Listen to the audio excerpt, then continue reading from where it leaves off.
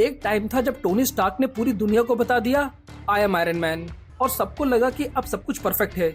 लेकिन असली कहानी तो अब शुरू हुई थी, जब नए दुश्मन, नए चैलेंजेस और अपने ही दोस्तों के बीच टेंशन बढ़ने लगी। और इसी बीच टोनी को अपनी जिंदगी ही नहीं, अपने सूट और अपनी लेगेसी को भी बचाना था। जहां हाई स्पीड एक्शन, दिमाग हिला देने वाले गैजेट्स और एमसीयू के कुछ सबसे आइकॉनिक मोमेंट की शुरुआत हुई। ये है आयरन मैन 2 मूवी, और आज हम बताएंगे इस मूवी के 10 मोस्ट अमेजिंग फैक्ट्स जिन्हें जानना हर फैंस के लिए जरूरी है। जिसमें आप जानेंगे क्यों मार्वल ने टेरेस हॉवर्ड को रोडी के कैरेक्टर से बाहर निकाल दिया, और कैसे रैपिडली कास्टिंग की गई डॉन शेडले की, जो आज की डेट में इतनी परफेक्ट और लेजेंडरी बन गई। कैसे मोरक्को के ग्रैंड प्रिक्स में शूट किया गया विप्लैश और आयरन मैन के फाइट सीक्वेंस को टोनी स्टार्क का सूट तो नहीं, लेकिन कैसे वॉर मशीन का शूटिंग आर्मर रियल लाइफ में भी एग्जिस्ट करता है। जॉन फेवरो को आयरन मैन 2 मूवी को बनाते वक्त कितना मेंटल प्रेशर झेलना पड़ा था, जिस वजह से उन्होंने आयरन मैन 3 मूवी को डायरेक्ट करने से मना कर दिया।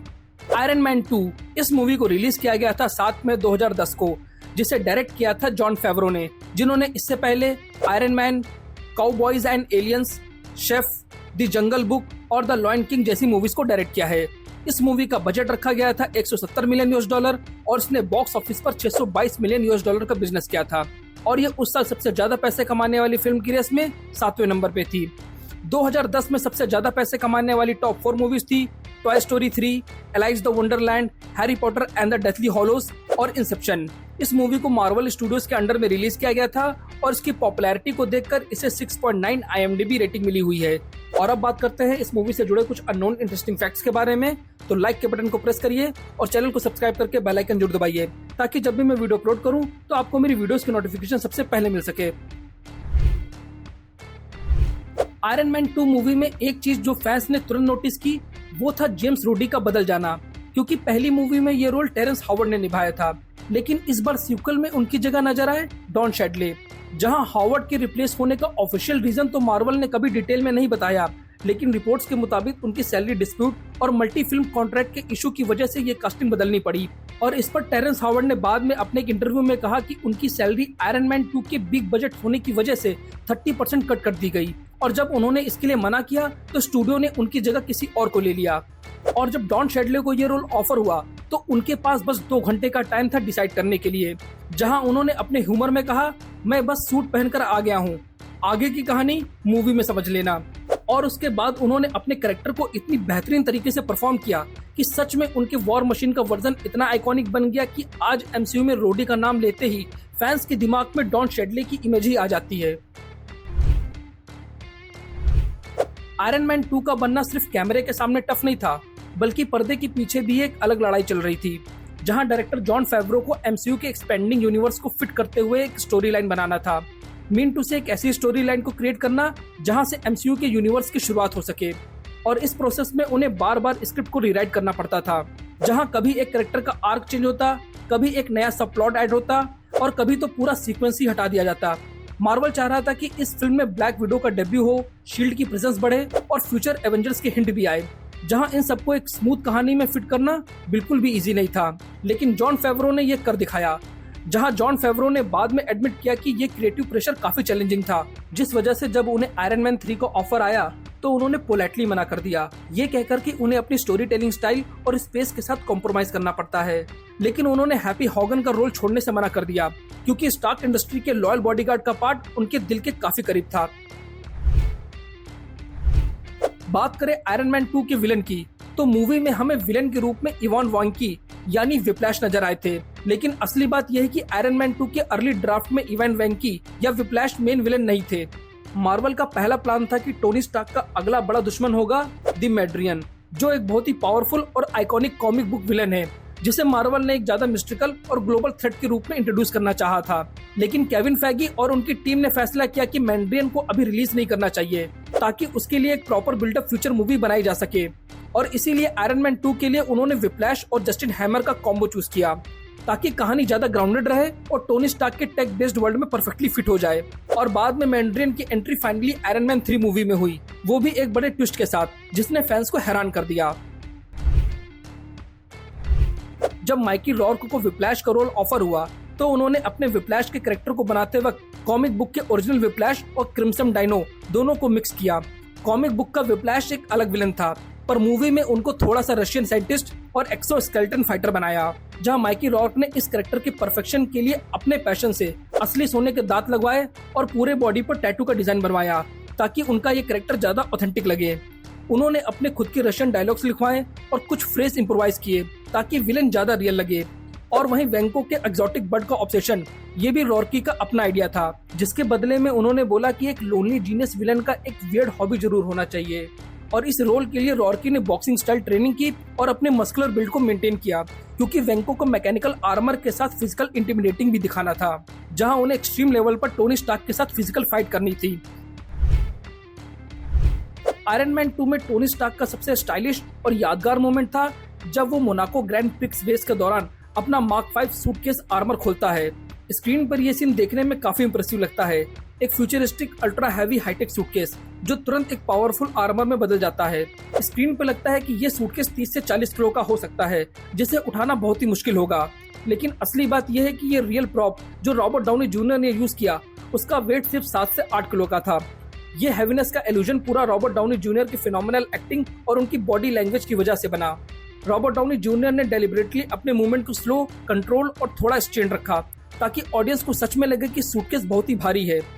और वहीं मार्क 5 सूटकेस आर्मर के डिजाइन पर बहुत रिसर्च और ब्रेनस्टॉर्मिंग हुई थी ताकि वो फिक्शनल लग सके, मतलब एक रियलिस्टिक आर्म सूटकेस जो जल्दी सूट में ट्रांसफर हो जाए। और इस प्रॉप को बनाने में लेगेसी इफेक्ट स्टूडियो ने काफी इंजीनियरिंग का यूज किया, जहां मल्टीपल लेयर्स और कंपार्टमेंट बनाए गए जो शूटिंग के लिए प्रैक्टिकल भी हो और देखने में फ्यूचरिस्टिक भी। आयरन मैन 2 के मोनाको ग्रैंड प्रिक्स को देखते ही ऐसा लगता है कि जैसे पूरा क्रू सीधे यूरोप के ग्लैमरस स्ट्रीट में पहुंच गया हो, लेकिन ये रियलिटी काफी डिफरेंट थी। जो ग्लैमरस मोनाको ट्रैक स्क्रीन पर दिखते हैं वो एक्चुअली कैलिफोर्निया के एक स्ट्रीट पर बनाया गया एक रेप्लिका था, जहां प्रोडक्शन टीम ने मोनाको ग्रैंड प्रिक्स के ओरिजिनल सर्किट का एग्जैक्ट मेजरमेंट लिया और उन्होंने एक स्केल डाउन वर्जन डिजाइन किया, जिसमें सेम बैरियर्स, पिट स्टॉप्स, स्पॉन्सर बोर्ड्स और ट्रैक लेआउट को क्लोजली रेप्लिकेट किया गया। इस स्मार्ट डिसीजन की वजह से शूटिंग का बजट काफी कम रहा और क्रू को यूरोप ट्रैवल करने और लोकेशन चेंज करने के झंझट से बचाया गया।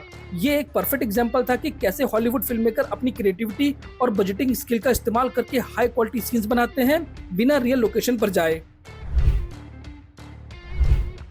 आयरन मैन 2 में जब वॉर मशीन अपने फुल वेपन लोड आउट के साथ स्क्रीन पर आता है तो वो सिर्फ एक कूल सीजीआई वेपन नहीं था, जहां मार्वल स्टूडियो ने एक्चुअल यूएस एयरफोर्स कंसल्टेंट को हायर किया ताकि वॉर मशीन का आर्मर और वेपन डिजाइन बिल्कुल बिलीवेबल लगे। प्रॉप डिपार्टमेंट ने इसका एक fully functional rotating barrel version बनाया ताकि सेट पर लाइटिंग और शैडो रियलिस्टिक कैप्चर हो सके। और वॉर मशीन का ये wide design real world GAU-17A mini gun से इंस्पायर्ड था, जो यूएस मिलिट्री हेलीकॉप्टर में यूज होता है। उन्होंने गन्स, मिसाइल पॉड्स और टैक्टिकल प्लेसमेंट के लिए रियल वर्ल्ड के रेफरेंस दिए, क्योंकि कुछ हद तक वॉर मशीन के वेपन्स रियल लाइफ में भी एग्जिस्ट करते हैं। और यही वजह है कि रोडी का सूट एक प्रॉपर मिलिट्री ग्रेड हार्डवेयर जैसा फील देता है, न कि सिर्फ एक कॉमिक बुक गैजेट जैसा। आयरन मैन 2 में इवान वैंकी का सबसे डेडली वेपन था उसका custom made electric whip system, जो एक स्पेशल एक्सोस्केलेटन फ्रेम पर बेस्ड था जिसमें हाई वोल्टेज पावर कोर्स लगे हुए थे। इनका डिजाइन ऐसा था कि जैसे ही पावर ऑन होती मेटल विप्स को आर्क रिएक्टर टाइप एनर्जी मिलती और इनमें इतनी पावर जनरेट होती कि ये किसी भी मेटल को काट सकते थे, फिर चाहे वो फार्मूला 1 रेस कार हो या आयरन मैन का आर्मर। स्क्रीन पर ये विप्स जितने डेंजरस दिखते हैं, इसका पूरा क्रेडिट CGI और VFX टीम को जाता है, जहां VFX टीम ने रियलिज्म लाने के लिए actual high voltage Tesla coil को आर्क की तरह फोल्ड करके एक रियल इलेक्ट्रिक शॉक का वीडियो रिकॉर्ड किया ताकि उसमें लाइटिंग जैसा फ्लिकर, कलर और अनप्रेडिक्टेबल मूवमेंट प्रिजर्व हो। और इस सीन को रिकॉर्ड करके VFX टीम ने प्रैक्टिकल इलेक्ट्रिसिटी के फुटेजेस को डिजिटली एक्सटेंड करके विप्स में इंटीग्रेट कर दिया, जिससे उसका शॉक और इम्पैक्ट ज्यादा नेचुरल लगे। आयरन मैन 2 मूवी एक और रीजन से स्पेशल थी, क्योंकि इसी मूवी में हुई थी एक ऐसे कैरेक्टर की एंट्री जो बाद में एवेंजर्स का दिल बन गया। यही थी स्कारलेट जॉनसन की पहली MCU डेब्यू मूवी, जिसमें वो हमें एज अ नताशा या ब्लैक विडो के रूप में नजर आई थी। शुरुआत में नताशा एक मिस्ट्री वुमेन के रूप में टोनी स्टार्क के ऑफिस में आती हैं, एक सिंपल असिस्टेंट बनकर, लेकिन जैसे जैसे कहानी आगे बढ़ती है तो पता चलता है कि वो एक्चुअली शील्ड की सीक्रेट एजेंट है। और वहीं स्कारलेट ने अपने रोल के लिए हैवी फाइट ट्रेनिंग ली थी ताकि हर एक्शन सीन में वो असली लग सके। ये उनके लिए एक पैशन प्रोजेक्ट बन गया था, क्योंकि जब उन्होंने ऑडिशन दिया तब भी उनका नाम फाइनल लिस्ट में कंफर्म नहीं हुआ था, लेकिन स्कारलेट इतनी श्योर थी कि ये रोल उनका ही होगा, क्योंकि उन्होंने ऑडिशन के लिए पहले ही अपने बाल ब्राइट रेड डाई करवा लिए थे, बिल्कुल नताशा के सिग्नेचर लुक जैसा। और प्रोड्यूसर्स को जब उनका ऑडिशन देखने को मिला तो उनके फेरी रेड हेयर ने उनका पूरा प्रेजेंस और भी स्ट्रिकिंग बना दिया, जहां आज की डेट में नताशा का कैरेक्टर एमसीयू का एक आइकॉनिक पार्ट बन गया। 2008 में आयरन मैन रिलीज हुई और मार्वल स्टूडियो के लिए एक गेम चेंजर बन गई। रॉबर्ट डाउनी जूनियर का टोनी स्टार्क फैंस को इतना पसंद आया कि मार्वल ने तुरंत इसका सीक्वल बनाने का प्लान कर लिया, जहां आयरन मैन 2 सिर्फ एक स्टैंड अलोन सीक्वल नहीं थी, बल्कि मार्वल सिनेमैटिक यूनिवर्स को एक्सपेंड करने का एक टूल था, जिसमें ब्लैक विडो का डेब्यू, शील्ड का ज्यादा रोल, कैप्टन अमेरिका के शील्ड का ईस्टर एग और थॉर का टीज ऐड करके मार्वल ने फ्यूचर एवेंजर्स की ग्राउंड वर्क रखी, जिससे फैंस को कैरेक्टर की ग्रोथ और सूट के एवोल्यूशन दोनों के मजे मिले। केविन फैगी का क्लियर प्लान था कि हर मार्वल मूवी एक पजल पीस हो जो एवेंजर्स के लिए बिल्ड करे। तो आपको ये मूवी कैसी लगी थी और आपको इस मूवी का कौन सा इंटरेस्टिंग फैक्ट पसंद आया, प्लीज हमसे कमेंट सेक्शन में शेयर करिए। और अगर आपको अपनी मनपसंद मूवी का इंटरेस्टिंग फैक्ट जानना है तो कमेंट सेक्शन में लिखकर हमसे शेयर कर सकते हैं। मैं उस टॉपिक पर जल्द से जल्द वीडियो लाने की कोशिश करूंगा। Thank you.